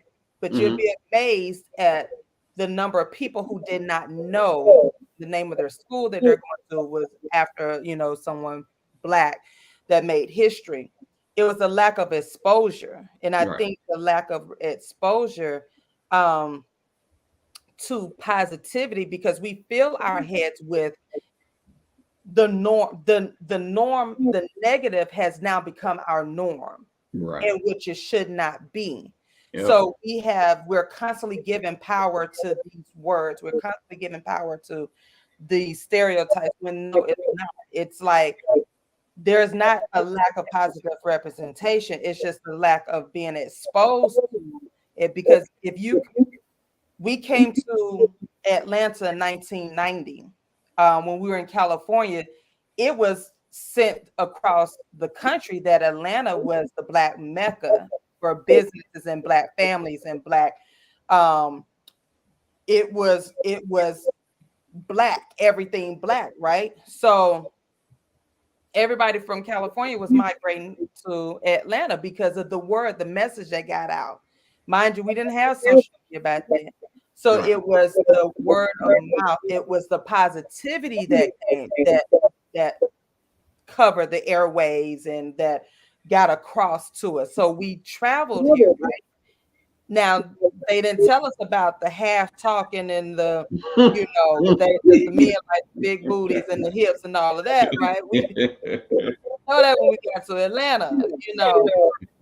But we were not bothered by it, right? We were more focused on the positive of Atlanta and the South and so forth. So for me, the lack of positive representation and role models for Black men and Black women can contribute to feelings of isolation and disconnection between the two groups. It can, but I don't. I, I'm just a little bit So, is different it on safe to that. say that instead of it being the lack, we just don't make it a point to go find it neither? Yeah, because there are a lot of role models. We don't push enough of it. We push more on, and I'm not talking about you in general. I'm talking about Mm. we push more about what society is not doing, or Right. what society has done, or what has been done. That's why I'm never against the slavery talk. I did all of that when I was in my early 20s. I Mhm. went out on a journey to find myself, and I went through the whole, you know, wondering where our past was or whatnot. So for me, at this level of life, I'm now wanting to bring. Okay, yeah, there's a lot of positive role models out here, Black and white. I mean, Black men and Black women. I'm gonna uplift. I'm gonna show that. I'm gonna expose them. Right. So that's Mhm. why I use my social media to expose the good. I use whatever platform I have to expose the good, and I know everybody has their platform or whatnot, but for me, I choose to expose because a lot of us, my father was in the military, so I had the honor of being able to live among different races and Right. cultures and so forth. and even when he was out of the military, we still lived among the different. So when I so that's why sometimes that I don't relate to, oh, I didn't see that, Right. because I grew up seeing the different kinds of love. I grew up seeing positive black men and positive black women doing their thing, you know. So for me, I've always wanted to change that narrative. Right. Now and it through exposure, and that's part of the teacher in me. So I don't put anybody down for not learning, because it is. If you just been in one place, that's all you're gonna see. That's not your fault or whatnot. So it's my job to expose you. Right. You know, like I would expose my children to the city of Atlanta and the history, expose their parents or whatnot. It's okay. It's about exposure and growing from there. But there is, if we want to say that the lack of positive representation of role models, it's a balance there. It's a 50-50 for me, because again, it's about exposing. I'm sitting right here in front of some positive role models. I have three right in front of me, and each one of you all have a different platform. That's not a lack. You see what I'm saying? Mhm. Right. So this next one is touchy. Not going to dive into it, but somebody came across the intersectionality of identities, such as being black and LGBTQ plus, can further complicate the relationship between black men and black women. I do want to say that um, with that one, regardless of what side you may be on, whatever your preference of relationship, I still think that what's going on with us, there's still this hostility, regardless of what type of relationship it is, or whatever the dynamic is. There's still, it's the hostility comes in with us as in general. Um, and I wanted to bring this conversation up because the separation is between black men and black women, but the separation truly is with us in general, as a whole, as an identity. Um, so I like the fact that you guys were able to come on and express yourself, that you're the way that you're expressing. And because again, we do need to have these talks, even going back to what Miss Whitney said, having this talk in front of those that are at the beginning point of this, because I've even to with our kids, I think we have a tendency of saying if something's making you uncomfortable, why are you doing it? And I find myself looking at news reports or just something on social media in general where that side is getting uncomfortable with the conversation, because again, just like how we want men to take responsibility and some men want women to take responsibility, they're not taking responsibility, those that have and those that are still doing, because it's not everybody, because we have people on our side that I can sit up here and say to a certain degree they can be far worse than a Karen. I bear witness to my own being worse than a Karen in public at my job, and I was nice to that person and even called their kids on me. I thought I was going to have to beat the whole family up one day. Yeah, I'm gonna have to beat the whole family up. for instance, I'm gonna call. I'm gonna tell my kids about what you did. All righty then, go right ahead. Mercy. Um, to Sean, also the movement for Black liberation and racial justice must include a focus on addressing the division between Black men and Black women and prompting unity and solidarity within the Black community. Yeah. that the movement, we have to continue. Something Johnny said I was going um to go back to the comments right after this one. a while back on his podcast. Johnny, Oh, if you're okay. On still his on, podcast. Okay. let me correct me if I'm wrong, but he said one time, you know, we know that we're faced with all of this trauma and hostility and whatnot. We know Hmm. that. And we may never, ever get over it. You know, we may never get over it. My prayer is always to each generation improves and build off of that and just really heal from it. Right. But he said it one time. He said, "What if we just apologize to each other? Simple.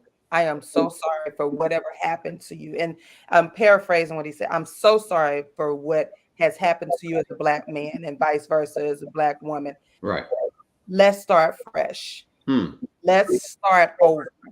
Let's build. Let's see where we can go from here.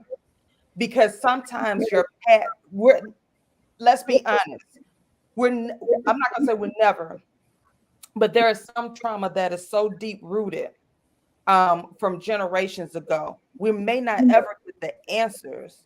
I don't know um, if my Man, that's the problem, though. I think that, not to cut you off, I think that is the problem with a lot of us, that we're looking for an answer instead of just trying to. And I'm not saying that some answers are not needed to heal, but there are, and I try to say this to my dad, because the people that I know he needs answers from, they're dead. Mhm. They can't give him anything. Right. And so I'm not telling him to forget anything, but I'm asking him to talk through his trauma. And it is obvious I don't know what happened, who did what, or who didn't do what. He is so strong, he cannot talk about it. It's almost like he's a Well, little scared child that I well, can't go back and visit that. a person has to want peace in their Yes. life, and you get to the point you make that offer and you leave it be, because Right. some people don't want to face that, and for whatever reasons they do. In this case, for whatever reason, if again, I didn't experience what my grandmother them experienced. My grandparents didn't grow up on a plantation, so I don't know if they experienced that because I come from a different type of family. You know what I'm Right. saying? And then that may, again, my experiences are going to be different or whatnot. However, I have identified what has been my family problem over time, and I have chosen the route of we're going to heal for the next generation, which is now my nieces and nephews and the second and third cousins. I have a brand new grand cousin. I don't even, is that a word now? Is that a position? Grand cousin. Man, that's what this She the cousin. last, like she literally is the Second. last cousin. She's 3 months. So now and she's the first cousin. She's a female. So me being the oldest cousin on my mama's side, I have this responsibility to make sure that I show them what healing looks like and what moving on looks like. And moving on, and I talk to my cousins all the time, especially I talk to all of them, and it's like this is what we want to heal from, this generational habit that was passed down in our family through women. So you have to get to a point, you have to recognize what's going on, even if it's just you out of your family. No one may not understand you as a family man. Oh, girl, leave that alone. Such and such. But you, as an individual, say, you know what? I'm going to break this generational habit that Right. was not good for my family because I want to see my children and my children's children get through this. So we have to start with one at a time and so forth. And we have to just make that declaration. That's what we're going to do, you know? Yep. You are so correct.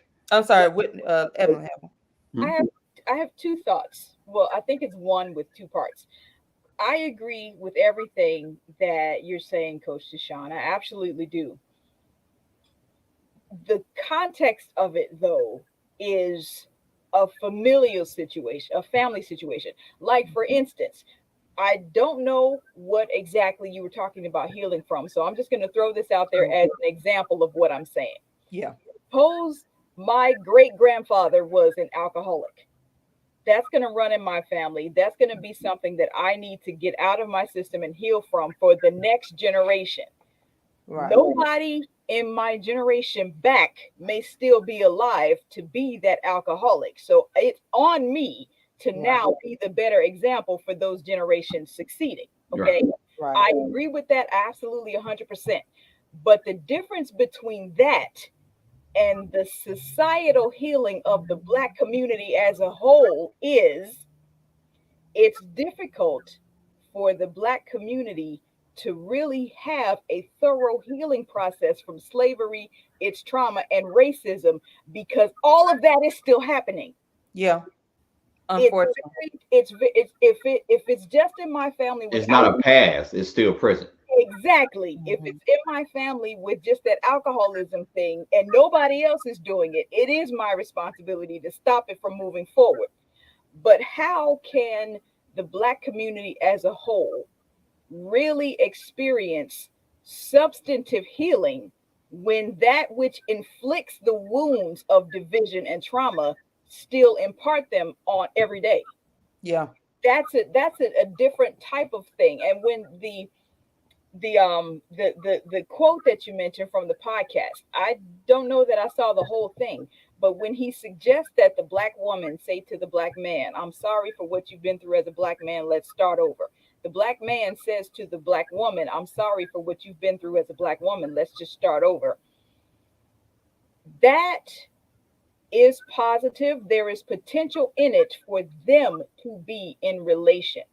That attitude won't necessarily heal the whole Black community because if they themselves have said, you've been traumatized, I've been traumatized, let's work through this together and be in a relationship, yes, they can then be an example. But now his brother's being profiled and he's the next one on the list of who was killed by cops. The environment wherein these traumatic things continue to happen is active, it's alive, Mhm. and it is unrelenting. Yeah. So that type of healing, we can't make it the same as the personal family issues because those personal family issues do have an end. They do have a stopping point because they are based on our choices, whether to get right or to continue the thing that still could lie with us. But societal things have to be stopped at a societal level.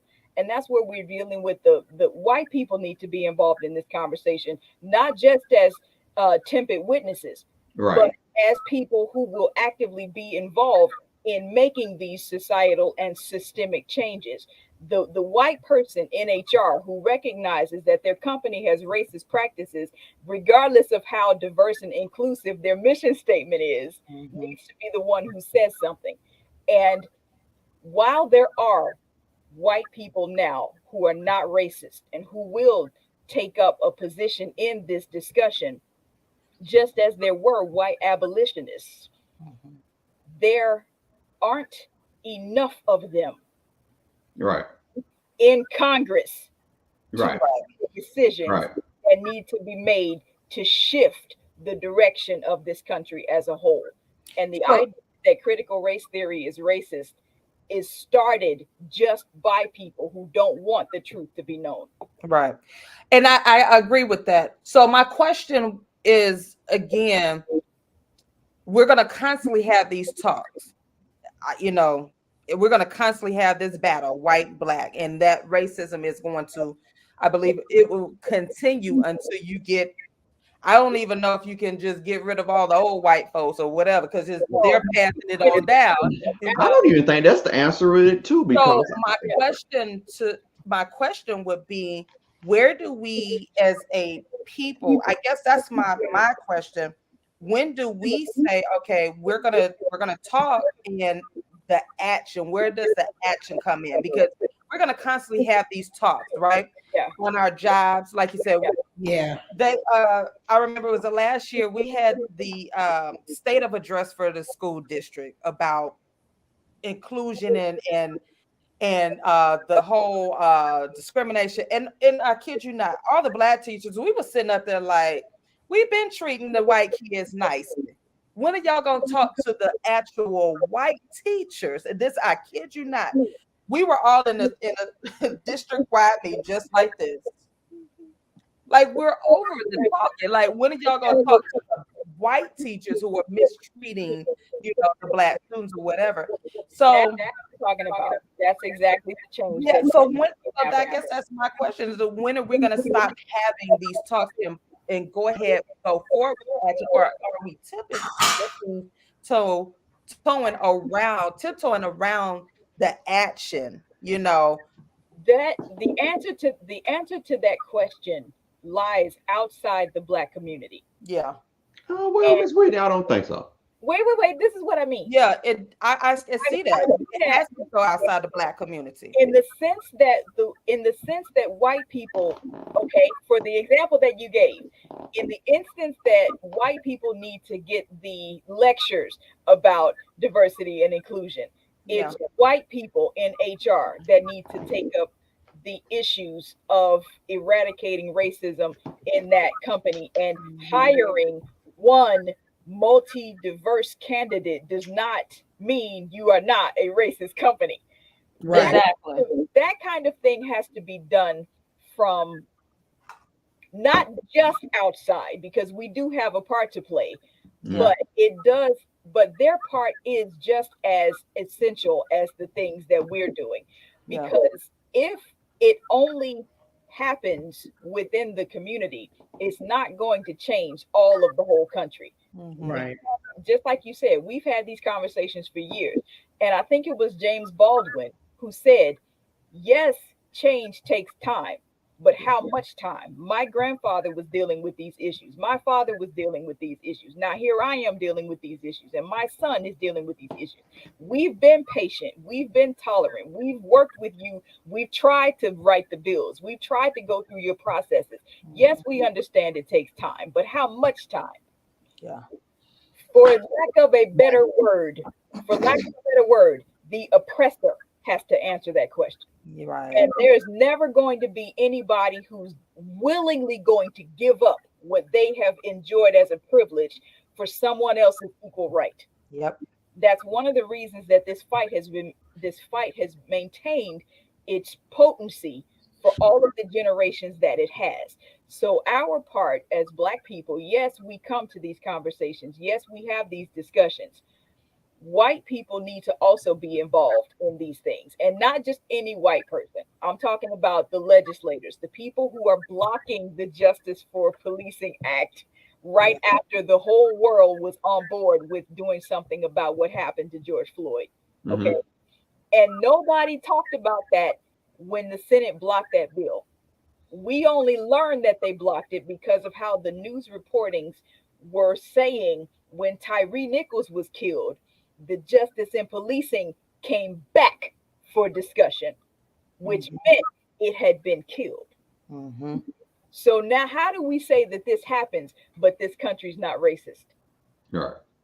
It is the people who are making these laws that need to be in these conversations and in an actual place to do something. That does not negate our responsibility as black people not to go looting and doing ridiculous things for unrelated reasons. But the fact that that does happen does not negate the responsibility of our white counterparts if racism really will be eradicated at some point, but at least moving in the direction in a current societal context. hmm. Well, Miss Wright, coming back to your comment, I would like to say that I appreciate your mom teaching you vocabulary words, and I was just hard headed. I ran from school, Mercy. um, and I'm learning now at 43-year-old man that I need to I actually just went to CVS and got a book with words. I'm teaching myself new words. I'm so proud of myself. Yes, yes. So stop picking on me. Wifey says, perception of reality. Absolutely. Um, she also states that yes, she also had a dictionary that she had to learn. We had the Yep. what that encyclopedia thing was with all the encyclopedias when they come to the Britannica. Yeah. Yeah. One yes, one brand name was Britannica. Yeah, but we Yep. did. yes, we had that. I ain't Every picking them. black household had them James Evans encyclopedias. Yeah, I didn't pick them things up. Them books was heavy. Oh, Oh it was yeah, that's how good. look. That's how we wrote them papers. We got Right. them encyclopedias. Miss Wright threw out some hearts. Miss Williams said that country slang when Tashawn was talking a little bit earlier. Hashtag changing the narrative. Tashawn Collier Green. Yes, ma'am. What are some ways we can show black love and move forward from relationship trauma? Good question, sweetie. Uh, Miss Wright says, let's deal with one another as human beings to human beings. That's a common denominator to the beginning of healing. Um, Miss Wright, you're using that term and on YouTube that we be using it. Well, I don't use it. That's why I get banned in TikTok now. YT. That is so funny to me that you have to say Oh yeah, you got YT. It's look. like You beyond me. Oh my They look. I'm white. telling you, you got to be very careful. That anything with a lipstick, you'll get put in Facebook jail. You know, we used to have all kind of code words. Thank you for being proud of me, Ms. Wright. Now, I do want to answer that question before I move on to this whoa right quick, and we're going to round the show up. Yes, outside, they do need to. But I want to say this. I do think that was one moment when our ancestors during slavery, looking at 1619, where when during the war, they saw the upper hand that they had. They didn't know the laws and the legislation and all that stuff and the bills and whatnot at that time, but they saw where they were in need of a upper hand, and so they gave themselves up to fight in the war that they knew they really didn't have no business fighting in, but just to try and get freedom and whatnot. I do believe that that's where we're at right now. My wife says things about like clothes, hairstyles, it come back full circle. And I'm a true believer of that. You don't move forward until you learn the lesson that is causing you to go in a circle. We are in another circle right now, going 10 steps backwards from where our ancestors pushed us to, because one, we sold our grandma's land because monetary value was made important, and the white man came to us and said, "Hey, you know, if you sell your grandma land, I'll give you X, Y, Z, and that will help you out." For the bills and whatnot, instead of trying to figure out how do I keep this because it is very important. They did not show us that land was important. We did not go out and realize that, but our ancestors, our great grandparents knew how important it was to have that land with this what we thought was a rickety old house that we had bad experiencing in. But we're at that circle now where until we let go the idea that they are saving us, because there is a high percentage of us that feel if I stop buying this particular brand, if I stop going to this particular place, if I stop talking this particular way, if I stop funding this particular thing, they're going to take something from me. And my material things are more important than me sitting up here fighting to make sure that my son is not going to be pulled over by a cop and he may not come home. We fight that fight when it happens, but then they pacify us so quick and fast. And then we go on about our day and we hush up and we be quiet. And that's what they've been doing. And until we sit up here and say, no, I'm not being pacified anymore. And then this is what this conversation for me starts me. And when you say action, this is what action is going to be on my way after this, is doing exactly what you were just stating, bringing action and stepping out and saying, no, I'm not doing that. I'm not going to sit up here and take that handout just for you to tell me that, prime example, we just watched Bel Air and they just did a protest on the last show. And the protest was this black teacher was at Bel Air that's finna get a high position and was basically, not to be spoiler, telling Carlton, don't you want to be the first black child to go to this particular prestige white organization?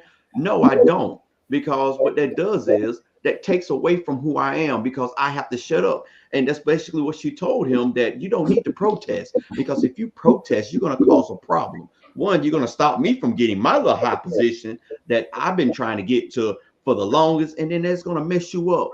And matter of fact, if you do it, I'm going to tell on you. And it broke it down all the way to where they cut the protests to the point to where they just walk out of the school, black and some white kids that were a part of it, and they saw that the firing of that black teacher was wrong. But they had to be quiet. They couldn't have no posters, no nothing. And so they had to end up talking to make a long story short, they talked to the superintendent, or what they call them folks in the head of the school, principal. Oh, The principal. They talked to the principal, and the principal was like, okay, maybe we can come to an agreement that I'll let you guys walk out, but you can't say anything because, we don't want to. And Carlton was like, well, we don't want to cause any embarrassment. You embarrass us, not saying um, bad, bad judgment. Not bad judgment. No, evil on top of evil, or whatever that saying is. You don't do something bad to somebody else. I don't think it's bad. I think it's just embarrassing to them because it's the truth. And they don't want to accept the fact that they are doing harm to people, a particular set of people. And until we stop funding them in that sense and stop making it in our head, oh, I have to do this. I have to work this job. And I keep telling people, and it pisses me off to hear folks come in to the job and say people don't want to work. What people? I know what people you were referring to. I am going to go out and say somehow black folks don't want to work, but it's not all of us. But the pandemic showed us that I don't have to work this 9 to 5 and miss out on my kid graduating from school. I don't have to work this 9 to 5 and miss out on my husband doing this, or my child taking their first step, because you want to make sure you go to the Dubai next week because that's what you're doing. I can't go to Dubai. I'm working 12 hours, 6 days a week in order for you to go to Dubai. Me, I can't take that time off. The pandemic showed us that we can work for ourselves like our ancestors realized back in the days. And there's a scare tactic that was re-put into place. That's what I want to dismantle. I want to dismantle that scare tactic to where, dang, if I start wearing these Jordans, ain't gonna be nobody. Why not? Because the shoes don't make you. And matter of fact, those Jordans don't make Jordan. Jordan just getting money. That's it. He can't take those shoes anywhere else and start his own company. And I think that's something that we lose with each other. And the separation is there due to the fact that we looking at each other and trying to figure out who's going to stop taking the handout before the black male or the black female, or why it can't be both. And that woe goes into, I think, one of our biggest issue is our destruction of marriage. And that's what the woe is about. our destruction of marriage. Slave marriages has neither legal standing nor protection from the abuse and restriction imposed on them by slave owners. Slave husbands and wives without legal resources could be separated or sold at master's will. Why did slaves adopt the religion of their enslavers when it came down to this sense of identity? Um, the website again is in the description, where a teacher basically stated his students asked this question. I am master with suspicion there's a brass criticizing of Christian slaveholders as hypocrites or worse, as false believers. Answers to the concern are both simple and complex. For example, my short answer to the slave question is that slaves chose to convert or not to convert to Christianity, and that when slaves became Christian, they profoundly changed theology and ecclesiastical practice such that the faith justified their resistance and even rebellion, which brought me into enslaved people and divorce and African di- Diaspora. what is that word again? Say Diana, again. Diaspora. yes. I ain't hear you, Sean. Say it one more time. Diaspora. Yeah, diaspora. Thank you. Google, here you go again. You supposed to be knowing I was struggling. Why you ain't say nothing? Former slaves' natural preference to disclose how enslaved people fought for marital dignity, to critique the hypocrisy of Christian slaveholders who served their marriages, admitted that enslaved people willingly separated from one another, potentially damaged the. Y'all said this word earlier. Say it again for me. Abolitionists. Abolitionists. Yes. Baby, I couldn't say it. You worked with me. I'm sorry. It causes, as it could fuel the perception among racist whites that people of African descent do not respect the bounds of Centric. Erocentric um, mar- marital Matrimony. Matrimony. Yes. matrimony. Um, problem. So with all this that we came across, dealing with family, knowing that some of these Africans were Africans and some were actually from the Americas. They were indigenous people. They were just lumped together. I definitely am this old when I found out that a lot of Africans did not make it to become slaves because they died on the way here. They just end up multiplying due to birth, being women becoming baby factories. But listening to this whole thing and talking this over, uh, one problem, Tashawn, can you name me one problem? One problem with The separation between black men and black women. um one problem. Yeah, I mm, that's a lot. Just that ain't one. Narrow. That's like slamming. right. Now, Just I, maybe grab one. Read for it. I one. would just Okay. so you're saying one problem within our community, Uh huh. we don't unite. Okay. We don't unite. Um. We can my end quote would be shut it down with our finances. If we shut if we stop, we have buying power Right. and we have control with that. If we were to stop and And get unite serious. our dollars, And I guess that and was my I point. think Beryl Wright said if we stop taking accepting the handouts, Right. if we just stop and we just for one moment we all agree and have some form of common sense and just say stop, America will listen to us. I And believe so too. but police brutality, we hit them in the pocket with the pension. To our jobs, we stop patronizing, we Hmm. stop giving our dollars. Hmm. It boils back down to that finances, and they know it. So therefore, they're going to keep, as Evelyn said earlier. Don't let me misquote you, but you were saying like it's going to keep going in that circle, that conversation. We already know what the problem is. They need to know, and they need to have people held accountable.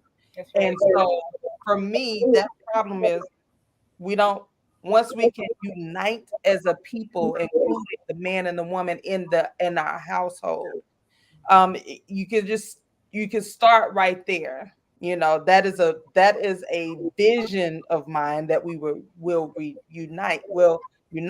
But even if we could just start in the home, become one, no matter what. I don't care what you make. I don't care what degree you have or you don't have a degree, but in our homes, we're united on things that we're going to stand, and that's how we make that change. That's that prop. So for me, I'm sorry, I went around. Um, unity is a problem. There is no unity. Nisi, what about you? One problem. Mm, communication. Like nobody wants to listen. Like nobody wants to listen. Everybody believes that their opinion is fact. Yeah. So, and they confuse the two. So, um, it's like I can say one thing and I'm gonna stand on my belief. You gonna stand on your belief, and then we're just like we're not even gonna come to terms. We don't listen. Right. Yeah. We don't listen. So, I do think we can, with time and Mhm. real effort, like you said, like not just it's a problem now. We got you know, we got the juice at the time to do these things, and then it just fizzles out over and over again.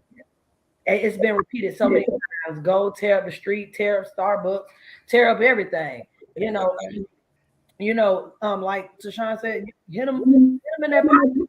Yeah, burning stuff down, they don't solve anything because they ain't doing it but build it back up. And then the stupid part about it all is we still end up paying for it. Like it Yep. doesn't matter. Tashawn might not have bust open the window at Starbucks, but when them taxes come around next year, she paying for it. Yeah.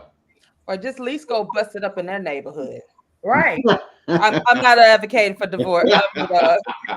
I'm just saying, I'm go just bust it up in their community. You know, tear yeah. down their stuff. Mhm. Miss Evelyn, guys, I went ahead and threw solution up there because, and I love it. You guys are already giving the solution to your one problem, so I just went ahead and just threw it up there. So the one problem and the one solution that I'll offer as a closing thought for the problem, it's not inherent with Black people, but Black people also do this. This is a human problem that Black people also do, and that problem is I'm calling it self righteousness. Hmm. I am right because this is how I got to where I think. And if you don't agree with me, then Right. you're wrong. You the one who needs to change. And if you don't change, then you can't rock with me because I'm right. Because how I got here is the only way that it should happen for everybody. Right. A Right. lot of people feel that way. And Yeah. that makes it hard for them to see anybody else's experience. Mhm. And if that wall would come down, it would be easier for anybody to consider the other side. There's more than one right way to be. There's more than one right way to do things. And alleviating, disavowing yourself from that self-righteousness will make you a more open person in general. That would be that self-righteousness is the problem. And for some practical steps that Black men and Black women can take right now to begin the course of correction. For one, Black women have to stop defining themselves by the money that they make. They've stepped away from defining themselves with a husband and kids. Now it's all about the job, and that's what they're using to lord themselves over whatever man wants to come into their lives. They Yeah. have to stop that. They have to recognize that they have value inherent to the person that they are. And when they do that, like Deshaun was saying, if you're spiritual, God has value in everybody. And that is the value that needs to take priority, not the money you make, not the house you live in, not the car you drive, not that suit you pay too much for, none of that. So, the first practical step for Black women, if they are guilty of this, is stop defining yourself by the money that you make. We all understand that the circumstances that happened to you forced you into the work field outside the home, and even if you didn't want to, now you have these education opportunities, now you have these research opportunities. We get that. We don't begrudge you your successes. We're just asking that you prioritize them better so that they do not ruin your humanity. That's for Right. the Black women. Now, for the Black men, first practical step for you guys, stop acting like Black women owe you a relationship. Mm, mm. When you talk to a Black woman, do not feel like she is responsible and obligated to give you consideration just because you asked for it. Yeah. Regardless of what you do or don't bring to the table, you're treating her like an object. You're treating her like she's sitting on a store on a shelf, and you walk through one shop and picked it up and it's coming home with you, regardless of what it thinks about that. No, Yeah. she is a whole human being. She has feelings, she has needs, she has considerations, she has thoughts. Do not act like a Black woman owes you a relationship. Then get mad at her when she dates white men, but that's a whole different thing. Practical step right here with the Black men is do not act like Black women owe you a relationship just because you wanted one. Awesome. That's So, the problem and the solution that I would offer in closing today. let's end this off with Miss Wright's comment. Police brutality would cease if we had life insurance because insurance companies don't want to pay out and would attach their pension. Yeah, and we don't have. Put them in their pockets. Yep, 100%. I Put them in their pocket. They Yes, because will stop that mess. that's an accident, and a lot of us we don't. I can't say I'm happy that my mom did put insurance on my kids when she did, and I never really understood it until after I got older. Um, and And we I'm not just have to, mad I'm at sorry. her that she couldn't really explain the reason, for it. But I'm happy that she did that, and I actually got to put some on my grandkids myself. Working on that, and that is like I don't like insurance because I still think it's kind of crazy, but Mm-hmm. it is needed. It is needed, definitely with us and what's going on with us. And so, ladies, I do appreciate it. I hate that I couldn't bring any um men on to divulge in the conversation with us. And Miss Whitney, you was definitely correct about bringing over the other side as well. And that's something that I am getting into too. Talking, I've got a couple of potential people that are going to come on soon with You got that. some white. Yep. Yep. You got some white. That's coming on. That's what my grandmama used to know. White. there So are Black people who say that I count for half of that. So I mean, you is light skinned. It. well, I've connected with a couple of my Y'all light skinned it. ancestors. Y'all in the big house. Miss We Rice, was I'm hot. so very Right. proud of you, beautiful Me young some lady. were hot. We was hot. I'm going to have to adopt each and every one of you. Miss Wright, you ain't that old now. I know you told me you was kind of up in age, but I don't believe. But again, I do appreciate you guys taking time out of your busy schedule. Right quick. And Miss Whitney, anything come up? Yes, I am looking forward to next month on April 12th. I will be back on the So For Real Talk to finish out the chapters of my book. That is the topic of our next discussion, the last chapters. So we're going to have the slideshow as usual, and we're going to try to get all of the videos for the weeks uploaded beforehand so that people will have time to review, to bring their questions, to bring their concerns, and to bring their expectations as we close out this book. And that is April 12th All at right. 8 Eastern. Okay. And to Sean, what about you, ma'am? Just continue to follow at I am Trinette L. Collier and on my website, Trinette, I am TrinetteLCollier.com. Did I say that right? I am TrinetteLCollier.com. Just preparing our students coming up and so forth. But thank you as always. It's always a pleasure being on. I be feeling like I had to have my notebook with Evelyn. Right. I'll be over here taking notes. I love being on the platform where I be like, "Ooh, that's the word. Ooh, y'all know I'm bad with some words." But As thank you you can so see, I'm much bad as with words too, always. so I understand. Uh, before before you say something, Nisi, I'm I found out last night that I don't know, wifey might do it, but I found out last night I'm coming to take I gotta visit you, okay? Okay, don't stutter. I'm not stuttering. I gotta come visit. I gotta come take a visit. I gotta come sit in the chair. You know, pregnancy. What them little stirrup things is? Oh, good Lord. Yeah, The That's what? what it's called. The stirrups? stirrup. Yeah, I need. I You are need to. not gonna be in no stir. I You need to be know in the what? stirrups. It's Oh, yeah, yeah. Look, It's you see yeah. my face. I'm like, what? Grand Canyon type stuff. I need to. You know what? Look, don't worry. I got you. I'm gonna be a biggest cheerleader the entire way. I'm gonna be a Sure big, will. I'm gonna be like, breathe in. yes. Oh, my God. I'm gonna like count to three. I'm gonna say one and snatch. That's it. Okay.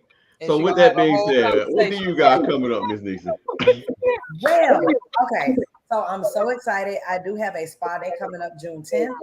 Look out for the Eventbrite. Tashana has been pushing me because she already know. Look, I put down that curtain real quick. But definitely come check me out at the Plush Lab. Excuse my tardiness. I was in the process of doing a facial and a pretty kitty. But you can check me out on IG at the Plush Lab, TikTok at the Plush Lab, and if you want to book an appointment, www.theplushlab.com. Awesome. And for me, guys, we have week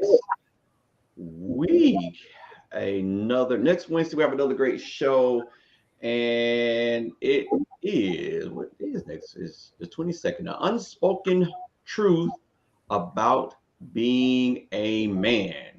Ooh. And my guest is gonna be JC. Tashawn, you have JC on. JC, That was on the the panel. yeah, the panel with us. Yeah. Oh, Yeah, cool. yeah, yeah, yeah. So Okay. yeah, yeah, yeah. Not to pick on you, man, out there. I did post it late, but still, I had some folks sit up here and heart it and give me thumbs up, but y'all scared, whatever. Ooh. I'm saying, Oh, let's y'all sit up here and talk about. I going back right quick. What Miss right just basically stated. Being proud of you guys. I'm proud of Black women in general, and some I was just it was a video I did want to play, but we can't play it, so we need to go ahead and go. Um, from slavery up to now, I have realized that y'all presence has always been felt, always been needed, it's always prevailed and being resilient. And y'all have not gotten the flowers that y'all deserve when it comes to our community, and how y'all have saved a lot of us men, and how y'all protect a lot of us men. And this is another narrative that I want to change, because it upsets me to see that black men, especially young black men, being so angry, and saying that, oh, if you have a college degree, I can't talk to you, because now you're going to feel like you're superior over me. And that is not right whatsoever. My baby going to school right now. I am happy. She is going to be a nurse practitioner, and that does not scare me whatsoever, because who knows? I might need her to check my ribs one day, and I got an in-house doctor. Y'all don't. So na boo boo. Yes. And I want to piggyback off of that, Lauren. I want to say, I want to change the narrative. Thank you. We need you, black man. Yes. Um, and there's so many of you all out there. You know my stance with the mailroom, and that's the purpose. That's the reason why God gave it to me. You are needed as well, as just as much. You are, you all are our knight in shining armor. You are what we need, and we desire you all, and we pray for you all, and we want the best for you. Like as I tell Chef, let's do this. Hey, so we need you as well. So thank you, black man, for doing what you do. Now stop all that crying. That means ain't supposed to cry now. Stop all that. No. But thank you so much. Keep doing what you're doing, and change the narrative on your end. You and Lisa continue to do what you do. That's why it's like that. People always